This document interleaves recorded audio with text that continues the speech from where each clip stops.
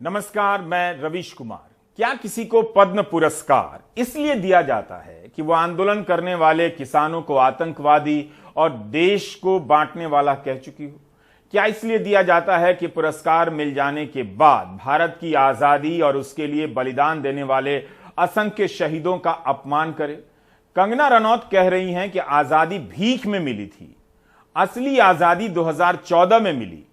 कंगना ने यह बात टाइम्स ग्रुप के न्यूज चैनल टाइम्स नाउ के कार्यक्रम में कही। वहां पर सूट बूट में आए कई लोगों ने इस बात पर तालियां भी बजाई। आजादी के इन जानकारों को ताली बजाते हुए आप YouTube में देख सकते हैं, वहां वीडियो होगा ही। इन्हीं सूट बूट वालों को सरकार के खिलाफ एक लाइन बोलने के लिए कह दीजिए, ताली नहीं बजेगी, हाथ जम जाएंगे। कंगना रनौत की इस बात की निंदा से पहले यह देखना बहुत जरूरी है कि इस तरह की बात पहले भी अलग अलग रूपों में कही जा चुकी है। कंगना ने ही पहली बार नहीं कही। कई साल से अलग अलग माध्यमों से इस तरह की बातें जनता के बीच पहुंचाई जा रही हैं। व्हाट्सएप से लेकर ट्विटर तक पर ऐसी सामग्रियों की भरमार है जिनमें लतीफों और भद्दी गालियों का सहारा लिया जाता है और आजादी के आंदोलन को नकारा जाता है। इस तरह गांधी और नेहरू को एक तरफ खड़ा किया जाता है, उसमें से सरदार पटेल को कुछ और अलग किया जाता है। बहुत चालाकी से सरदार पटेल को अलग कर ट्विटर पर और राजनीति में गांधी की हत्या का जश्न मनाया जाता है, ट्रेंड किया जाता है। तरह तरह की दलीलों से लोगों के दिमाग में भूसा और नफरत भरा जाता है कि असली आजादी नहीं मिली। यह काम राजनीति के हिसाब से मनोवैज्ञानिक तरीके से किया जाता है। ऐसा करने वालों को पता है कि लोगों के भीतर कुछ नफरती पूर्वाग्रह होते हैं, विचार होते हैं, कम जानकारियां होती हैं उनके पास। उनके भीतर तरह तरह के नए पूर्वाग्रह और नई जानकारियों के नाम पर झूठ खेल दिए जाते हैं। इस तरह से करोड़ों लोगों को तैयार कर दिया जाता है ऐसी बातों पर ताली बजाने के लिए। पद्म पुरस्कार प्राप्त कंगना रनौत का बयान पहले से समाज में पहुंचाए जा चुके अनेक बयानों को मंच देने भर के जैसा था। जो बातें अंदर अंदर पहुंचाई जा चुकी हैं, उसके औपचारिक रूप दिए जाने का परीक्षण अब शुरू हो चुका है। यही वो बातें हैं जिन्हें आप चर्चा योग्य नहीं मानते, जवाब देने लायक नहीं मानते। आपके ऐसा मानने या नहीं मानने से अलग यह प्रक्रिया चलती चली जा रही है। इस तरह की दलीलें हमें पहले भी कई बार सुनने को मिली हैं, खासकर जब हम महंगाई के सपोर्टर सीरीज के लिए महंगाई के सपोर्टरों की दलीलें सुनते हैं। यही सब बातें निकल कर आती हैं कि आजादी अब मिली है, अब आजाद है। इस आजादी को धार्मिक और सांस्कृतिक आजादी के नाम पर लोगों के बीच घुसाया जा रहा है, ताकि इसके बाद 1947 से पहले की आजादी और उसके शानदार संघर्षों को अपमानित कर पीछे धकेला जा सके। महंगाई के सपोर्टर कहीं आसमान से नहीं टपके हैं, बल्कि इसी राजनीतिक प्रयोगशाला में तैयार किए गए हैं, जो केवल न्यूज चैनल के कार्यक्रम में नहीं मिलते हैं, बल्कि सड़क, चौराहों और चाय की दुकानों पर भी मिलते हैं। आगरा में नसीम को भी कुछ मिल गए। अरे महंगाई चक्कर में तो मैंने चाय पीना ही छोड़ दी। महंगाई क्या, तेल वेल सारे लोग कांग्रेस की और पिछली सरकारों में महंगाई नहीं थी। आज कम से कम हमारा देश आजाद है और आजाद तो पहले भी था। सेना कितनी स्ट्रॉन्ग हो गई है ये देखिए आप। आजाद पहले भी था, अब भी है। देश का स्ट्रॉन्ग होना बहुत जरूरी है। हमारी सेना कितनी जरूरी पहले भी मजबूत है। हमारी सेना के पास आधुनिक हथियार आ चुके हैं। ये फायदा है कि हमें हिंदू धर्म के अनुसार हमें हिंदू की मान्यता बहुत अच्छी मिलती है, हमें ये बढ़िया है। इससे पहले हिंदू का खतरे बता दे, बताओ। अरे वो ठीक है, पर फिर भी खतरे में इससे पहले बताओ। क्यों आप देखो फिर भी सुरक्षा महसूस करते थे पहले। अब भी हो रहे हैं, बताओ। फिर भी सुरक्षा महसूस नहीं करता था भाई साहब। 4.5 किलोमीटर डाल दिया। भाई साहब फिर भी सुरक्षा महसूस नहीं करता था, आज वो सुरक्षा महसूस करता अपने आप में। 4.5 किलोमीटर का लगा दिया है। हमारी हिंदुस्तान की सेना ने चीन को पीछे धकेल दिया है। आज हमारे पास इतने आधुनिक हथियार हैं, चीन की उंगलियां दबाता है। साढ़े चार तो मुखार मारे। सरकारों में साधु संतों की हत्या नहीं होती थी, सरकार में साधु संतों की हत्या हो रही है। मुझे तो लग रहा है अभी खतरे में हिंदू। अब आपको समझ आ सकता है कि कंगना रनौत ने जो कहा वो बात किस तरह से आम कर दी गई है। यह केवल अपमान नहीं है कि किसी ने कह दिया कि आजादी भीख में मिली और 2014 में असली आजादी मिली। हमें देखना चाहिए कि कौन कह रहा है, क्यों कह रहा है, और जो कह रहा है वो बात क्या कोई अकेले में कही गई बात है या कई बातों के सिलसिले में कही गई बात है। तब आपको समझ आ जाएगा कि आपकी सहमति और भागीदारी से भारत को कहां पहुंचाया जा रहा है। यह काम बहुत चालाकी से हो रहा है और खुलेआम। धार्मिक और सांस्कृतिक आजादी के नाम पर तर्क गढ़े जा रहे हैं। कहते कहते लोग इस तरफ भ्रम में आ ही जाएंगे कि धार्मिक आचार व्यवहार 2014 के पहले संभव नहीं था, अब आजादी मिली है। 1857 से 1947 के बीच असंख्य आम भारतीयों ने इसके लिए कुर्बानी दी, जान दी और जेल गए। 1857 की क्रांति के बाद इसी दिल्ली में और कई जगहों पर कई हजार लोगों को पेड़ से बांधकर तोपों से उड़ा दिया गया और मारकर पेड़ पर लटका दिया गया। जिस दिल्ली में कंगना रनौत ने कहा कि आजादी भीख में मिली थी। हम सावरकर की माफी का जिक्र कर आज के कार्यक्रम के मेयार को छोटा नहीं करना चाहते। भारत के संविधान में नागरिकों के लिए बताए गए मौलिक कर्तव्यों में इसे शामिल किया गया है और अनुच्छेद 51A में लिखा गया है कि स्वतंत्रता के लिए हमारे राष्ट्रीय आंदोलन को प्रेरित करने वाले उच्च आदर्शों को हृदय में संजोए रखें और उनका पालन करें। संविधान का कहना है कि नागरिक का मौलिक कर्तव्य होगा कि हम उन उच्च आदर्शों को हृदय में संजोए रखें जिन्होंने स्वतंत्रता आंदोलन को प्रेरित किया। यहां तो हम हृदय से निकालकर फेंके जाने का दृश्य हर दिन देखे जा रहे हैं। अक्टूबर महीने में झांसी की रानी के किरदार पर बनी फिल्म में अभिनय के लिए कंगना को राष्ट्रीय पुरस्कार मिला। उपराष्ट्रपति ने दिया, जो इस देश का दूसरा सर्वोच्च संवैधानिक पद है।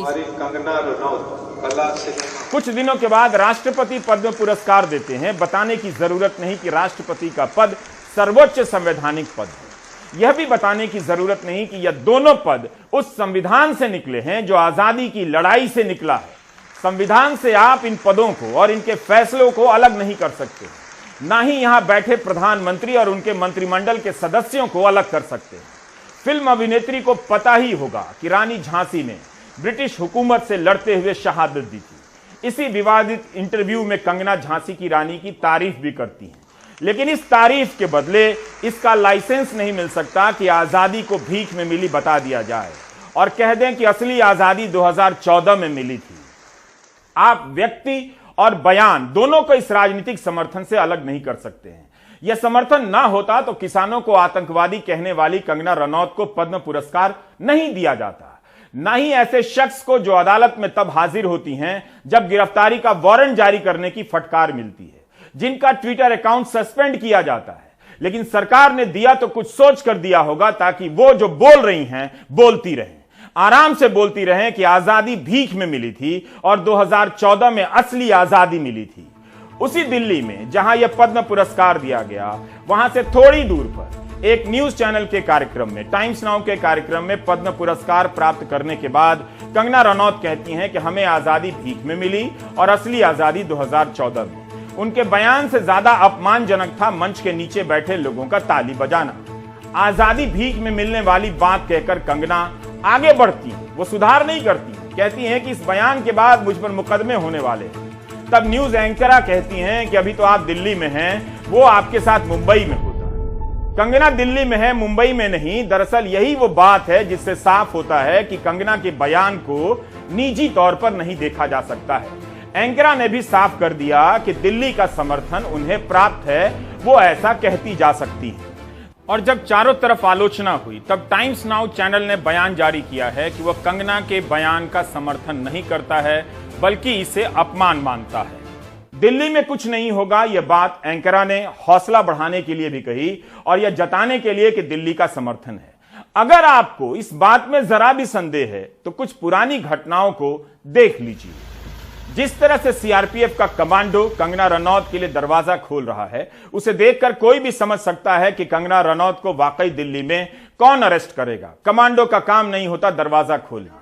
दूसरा कोई होता तो आजादी भीख में मिली है इस बयान पर देश में राजद्रोह और यूएपीए के मामले दर्ज हो चुका होता। ऐसा कुछ नहीं हुआ इनके मामले में। दिल्ली का ही आशीर्वाद है कि इतनी सुरक्षा मिली है। बल्कि यही बात कन्हैया ने कही होती तो आज बीजेपी चारों तरफ सड़कों पर होती।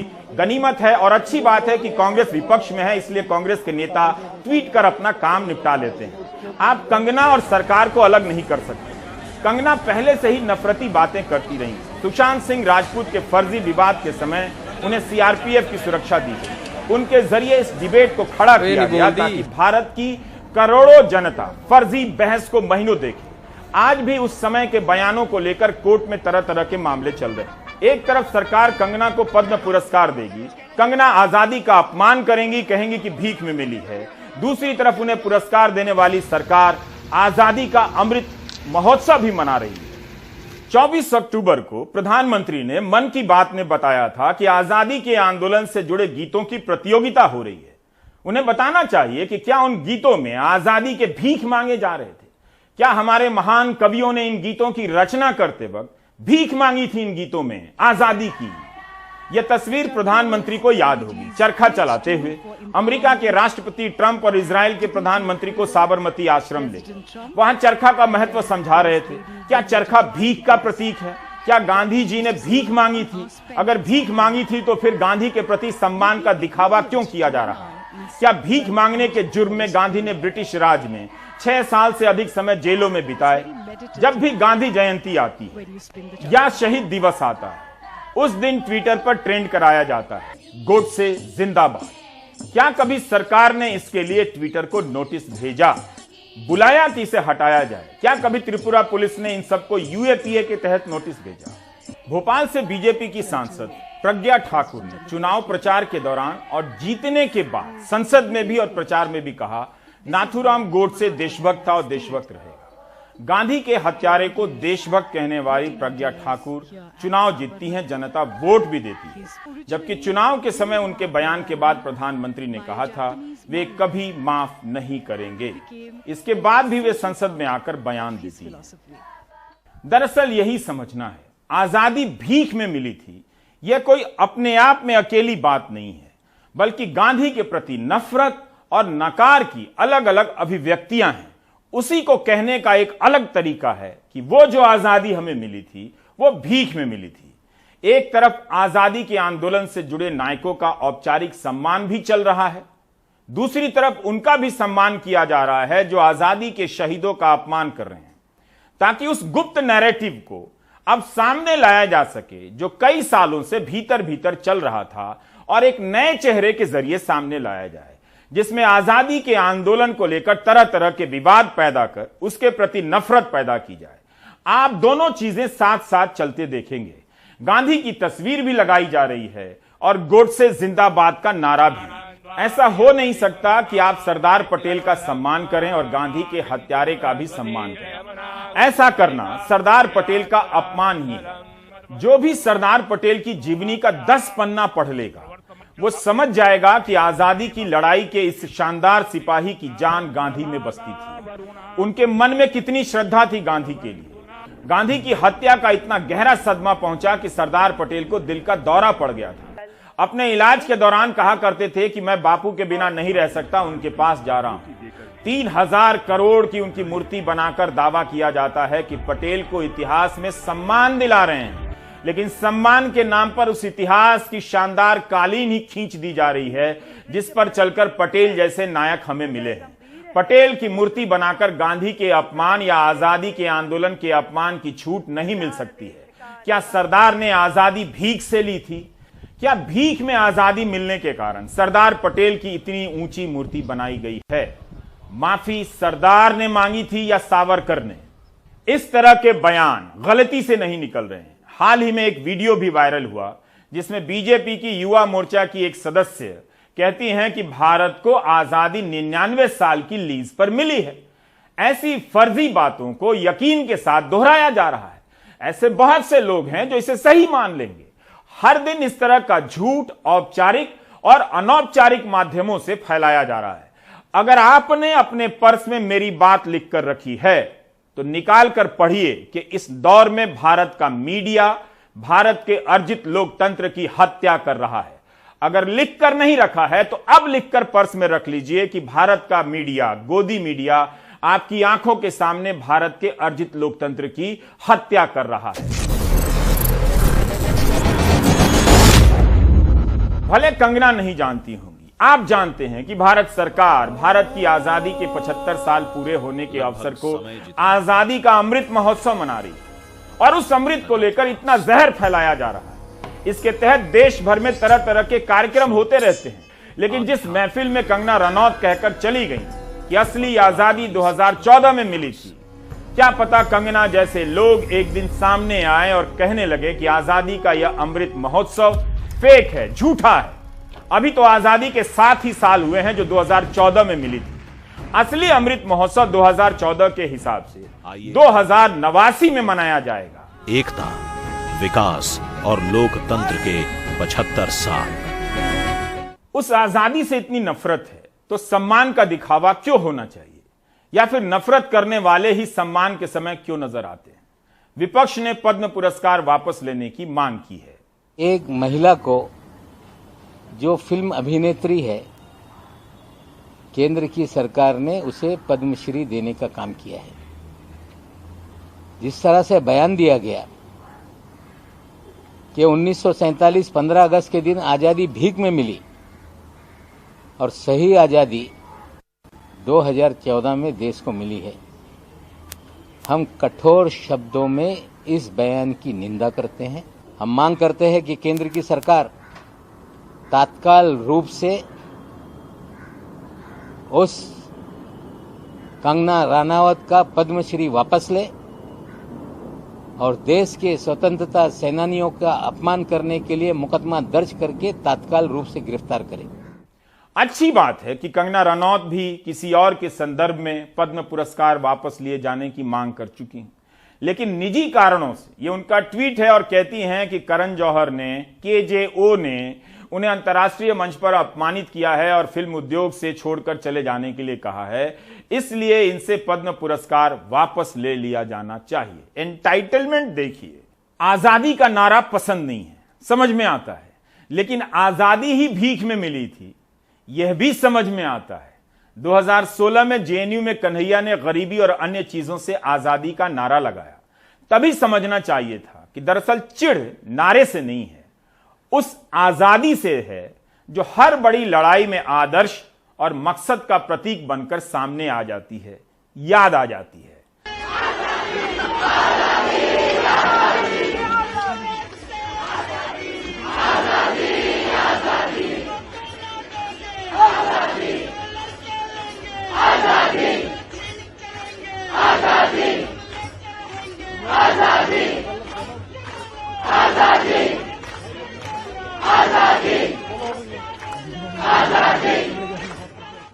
जब नवंबर 2019 में लाखों लोग नागरिकता कानून के विरोध में आजादी के नारे लगा रहे थे, तब यूपी के मुख्यमंत्री ने कहा था, धरना और प्रदर्शन के नाम पर अगर आप आजादी का नारा लगाते हैं तो यह राजद्रोह माना जाएगा, सरकार सख्त कार्रवाई करेगी। मुख्यमंत्री जी अब बता दें कि कंगना रनौत ने आजादी भीख में मिली है, इसे कौन सा द्रोह माना जाएगा जो कहा है। उन्हीं के पार्टी के सांसद वरुण गांधी ने इसे शर्मनाक और देशद्रोह कहा है। मील का सत्र है, हमारे मेहमान आए हैं, बड़ा अच्छा है। मैं धन्यवाद करता हूँ MD साहब से, फेडरल से MD से। भाई इनाम सरकार की तरफ से मेरे को दिया जाए, हम किसान हैं। MD साहब से इनाम। यह तो आज की तस्वीर है। हरियाणा के गोहाना में एक किसान ने सहकारिता राज्य मंत्री बनवारी लाल के हाथ से सम्मान लेने से इनकार कर दिया। उसके इनकार करने से इतनी असहजता पैदा हो गई मंच पर कि मंच से ही उतरवा दिया गया। बात करने की आजादी होती तो किसान को मंच से नहीं उतारा जाता। किसान ने यह कहते हुए मंत्री के हाथों सम्मानित होने से इनकार कर दिया कि किसान धरनों पर शहीद हो रहे हैं, वह यहां भाजपा के मंत्री से सम्मानित होगा तो शहीद किसानों का अपमान होगा। शहीदों के सम्मान में किसान पुरस्कार ठुकरा रहे हैं और आंदोलनकारी किसानों को आतंकवादी कहने वाली कंगना रनौत को राष्ट्रपति पद्म पुरस्कार दे रहे हैं। कितना सुंदर दृश्य है। और उसके बाद कंगना रनौत आजादी को भीख बताती हैं, भीख में मिली बताती हैं। इसे गहराई से समझने की जरूरत नहीं है, बिल्कुल कोशिश मत कीजिए, क्योंकि पिछले कुछ वर्षों में आपको गहराई से जो समझाया गया है उससे टकराव पैदा हो जाएगा, शॉर्ट सर्किट हो सकता है दिमाग में, वैसे भी समझ में नहीं आएगा। ऐसे वक्त में कुछ किताबें पढ़ सकते हैं, जॉर्ज ऑरवेल की 1984। इसके 7वें चैप्टर का एक आखिरी प्रसंग आपको रोचक लग सकता है। लेखक लिखते हैं, पार्टी का कहना है कि आपने आंखों से जो देखा है, कानों से जो सुना है, उसे ना माने, नकार दें। यह उनका सबसे अंतिम और अनिवार्य हुक्म था। उसका दिल ही बैठने लगा जब उसे लगा कि कितनी बड़ी ताकत उसके खिलाफ काम कर रही है। उसे तो पार्टी का कोई भी बुद्धिजीवी डिबेट में आसानी से हरा देगा। वह जब उनके महीन तर्कों को समझ ही नहीं सकेगा तो जवाब क्या देगा? इसके बाद भी वह अपनी जगह पर सही था। गलत वे लोग थे। जो भी सामने से दिख रहा है और सच है उसे बचाना ही होगा। सत्य को प्रमाण की जरूरत नहीं है, इसी पर टिके रहना है। आजादी का मतलब बहुत सरल है, 2 और 2 4 होते हैं। अगर इतना भर कहने की आजादी है तो बाकी चीजें अपने आप होती चली जाएंगी। यहां 2 और 2 4 कहने वालों को मंच से उतार दिया जा रहा है और 2 और 2 5 कहने वालों को मंच पर बिठाया जा रहा है। बात पेट्रोल और डीजल पर लगने वाले बेतहाशा टैक्स और महंगाई की हो रही है, लेकिन उस बहस में कभी सेना तो कभी सुरक्षा तो कभी चीन तो कभी धर्म, ये सब घुसाकर महंगाई का समर्थन किया जा रहा है। कंगना और महंगाई के सपोर्टर की तर्क शैली प्रज्ञा ठाकुर की तर्क शैली में बहुत अंतर नहीं है। अजय सिंह ने बनारस में कुछ लोगों से बात की महंगाई पर। ऐसा है राजेश भैया, महंगाई इतनी जबरदस्त बढ़ गई है, इतनी जबरदस्त ना कि हम अब पूछिए आप गांव की स्थिति, गांव में जाइए, गांव में इतनी गरीबी है और महंगाई इतना ज्यादा है कि लोगों ने सरसों का तेल खाना बंद कर दिया। खाली एक तेल अरे भाई मत बोलिए, रोटी सब्जी जो है, दाल रोटी सब्जी लोग खाते हैं, तेल में ही सब्जी बनेगा ना। गाँव में सब्जी सब कुछ खाना पीना है, तेल थोड़ा कम कर दिले हुए। गाँव में मुर्गा खाते हो तेल में, सरसों के तेल में, हिंदी मटन खाते हो। नहीं देखिए भाई, आप काम भी देखिए, अगर किसी ही रहिएगा करना पड़ेगा। नहीं बढ़ी हुई है, गलत चीज आप कह रहे हैं। ठीक है, महंगाई बढ़ी हुई है, लेकिन ऐसा नहीं है गाँव में शौचालय नहीं देख रहे, सुविधा नहीं देख रहे। मोदी सरकार में सुविधा मिला नहीं आप, अरे भाई ये क्यों नहीं बता रहे कि शौचालय मिला है गाँव में? मुफ्त का शौचालय मिल गया, मुफ्त के घर मिल रहे हैं, किसानों के खाते में पैसा जा रहा है। खाने को तो मिलेगा। तो एक चीज ये कहें, किसी भी देश की अनाज जा रहा है, खूब जा रहा है। किसी भी देश की अर्थव्यवस्था को फ्री अनाज में जो ईंधन ही नहीं, वास्तव में ही ईंधन है। कोरोना काल में किसी मिला नहीं मिला, अर्थव्यवस्था को पेट्रोल डीजल जैसी चीजें बहुत ही किस पे गया, ये बहुत ही बड़ा फैक्टर है, उसको प्रभावित करती है। अभी तक जो था, अभी जो अगर हम देख रहे हैं कि कितना ज्यादा सरकार ने, जो सरकारें पैसा ले रही हैं, चाहे वो स्टेट गवर्नमेंट हो, हम नहीं कहते कि मोदी सरकार ले रही है, चाहे वो कहीं की स्टेट गवर्नमेंट हो या सेंट्रल गवर्नमेंट हो, जो पैसा ले रही है पेट्रोल पर, पेट्रोल और डीजल की बात करें, जो सबसे बड़ा महंगाई का कारण ये, और चूंकि पेट्रोल डीजल के दाम बढ़ने से धीरे धीरे चल के सारी चीजों का दाम बढ़ने लगता है। हमको मालूम नहीं चलता कि एल्युमिनियम जो बन रहा है उसको बनाने में भी पेट्रोल डीजल का इस्तेमाल हो रहा है, प्लास्टिक बन रहा है उसको भी बनाने में पेट्रोल डीजल का इस्तेमाल हो रहा है। हमको नहीं दिखाई देता, हमको तो खाली ये दिखाई देता है कि मोटरसाइकिल में तेल जितना भरवा रहा है, कार में जितना तेल भरवा रहा है वो महंगा पड़ रहा है। लेकिन ओवरऑल बात पे क्या कहेंगे जो ये बोल रहे हैं? देखिए, ये हमेशा से होता रहा है। कभी अब देखिए, आंकड़ों को आप थोड़ा सा समझने की कोशिश करिए, किस तरीके से चीजों को हाइप किया जाता है। आज बहुत बड़ा मुद्दा है कि पेट्रोल 100 के पार। भैया 100 के ही पार क्यों? जब आप हमसे उम्र में बड़े हैं, मुझे याद है कि हमारे पापा की एक बजाज चेतक स्कूटर थी, हम लोग 20 रुपया लीटर पेट्रोल भरवाते थे। शायद आपने 10 रुपया लीटर पेट्रोल भरवाया होगा। जब पेट्रोल 7 रुपया मैंने भरवाया। एक मिनट सर, जब पेट्रोल 10 से पार हुआ, 20 से पार हुआ, 30 से पार हुआ, 40, 50, 60, 70 से पार हुआ, तब इतना हाइप नहीं किया गया। 100 से पार हुआ तो 100 पार, 100 पार, 100 पार, 100 पार, हर मीडिया चैनल। कभी आपने सोचा था कि 100 रुपए पेट्रोल के दाम को लोग सपोर्ट करेंगे? क्या पता यही लोग एक दिन 1947 की आजादी को भी नकारने आ जाएं और कहने लगे कि यहां सड़कें बनी हैं, अस्पताल बने हैं, इसलिए कंगना ने जो कहा वो सही है। कंगना तो पद्म पुरस्कार मिलने के बाद आजादी को नकार रही हैं, जो आजाद और सार्वभौम भारत का पुरस्कार है। मुझे पता था आपको भीख वाली बात बुरी नहीं लगेगी। जब आप महंगाई का सपोर्ट कर सकते हैं तो इसका भी करेंगे। मैंने इस पर कार्यक्रम इसलिए किया ताकि उन लोगों से मुलाकात हो सके, मुखातिब हो सकूं जो कंगना रनौत के साथ खड़े हैं। कंगना के साथ खड़े रहने वालों को खड़े रहने दीजिए। आप जो इस वक्त कुछ लोग बैठकर प्राइम टाइम देख रहे हैं, अब भी वक्त है, खड़े हो जाइए, ब्रेक ले लीजिए।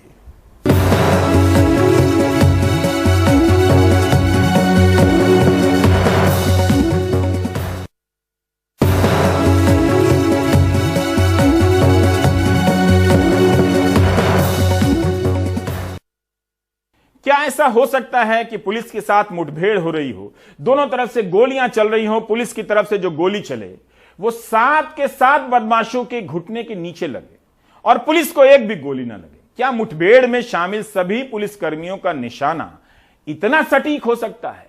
गाजियाबाद के लोनी इलाके में कथित 7 गौ तस्करों के साथ पुलिस की मुठभेड़ होती है और 7 के घुटने के नीचे पुलिस की गोली लगती है।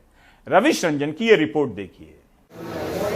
गाजियाबाद के जिला अस्पताल में घायल ये लोनी के कथित गौ तस्कर हैं। इन 7 के पैरों में एक ही जगह गोलियां लगी हैं। पुलिस का दावा है कि गुरुवार को एक बड़ी मुठभेड़ में इनको गिरफ्तार किया गया है। इस मुठभेड़ में एसएचओ की जीप के शीशे भी छलनी हुए हैं। मुठभेड़ के बाद हिंदू संगठनों के लोगों ने लोनी थाने के एसएचओ राजेंद्र त्यागी का कुछ यूं सम्मान किया और थाने में नारेबाजी का शोर शराबा भी।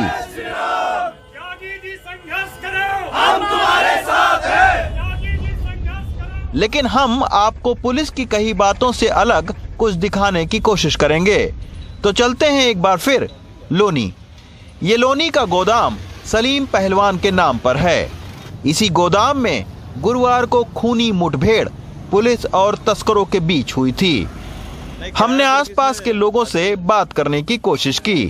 आप तो यहाँ रोजाना आते जाते थे, इन गोदाम में कभी कोई ट्रक व्रक आया या कभी कोई जानवर वानवर लेकर आए गए? हमारे सामने कभी कोई नहीं है। नहीं, कभी नहीं। जस्ट बगल में ये गाड़ी वालों की दुकान है और उसके बगल में ये गोदाम है जहाँ पर कल सुबह छापा पड़ा था। आइए चलते कुछ और लोगों से बात करते हैं। यहाँ पे क्या होता था इस गोदाम में? कबाड़े का काम होता था। पुलिस तो कह रही कि गोकशी यहाँ पर होती थी, जानवर वानवर लाए जाते थे। कभी आपने देखा जानवर वानवर?